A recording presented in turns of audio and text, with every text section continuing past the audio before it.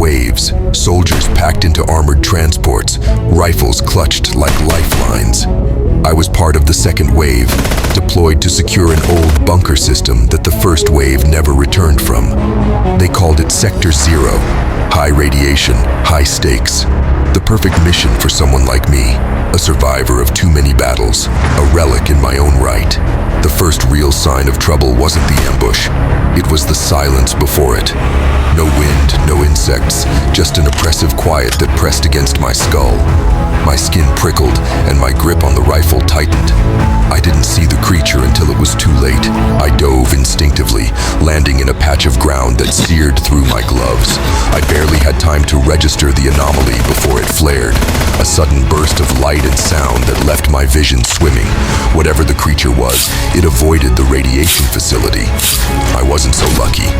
My arm felt like it had been dipped in acid, the skin blistering and peeling as I crawled out of the shimmering air. The bunker was supposed to be safe. That's what they told us in the briefings. But the deeper you went, the more you realized safety was an illusion. The walls were streaked with marks, desperate clawings etched into the concrete. Some from animals, but others unmistakably human. I couldn't stop staring at one set of grooves, running horizontal, deep enough to splinter nails. Whoever made them must have died trying to keep something out. On this island, blood never seems to fade. It clings to everything, saturating the air like a storm cloud you can't escape from. That's the first thing you learn here. The second, hesitation gets you killed. The jungle was a battlefield now, the ground littered with corpses, some human, most not. The blue haze thickened around me, making it harder to see, harder to breathe.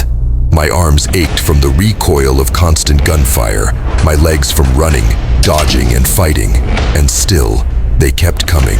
The first one that came over the edge caught a shotgun blast to the chest, its body blown apart in a spray of gore.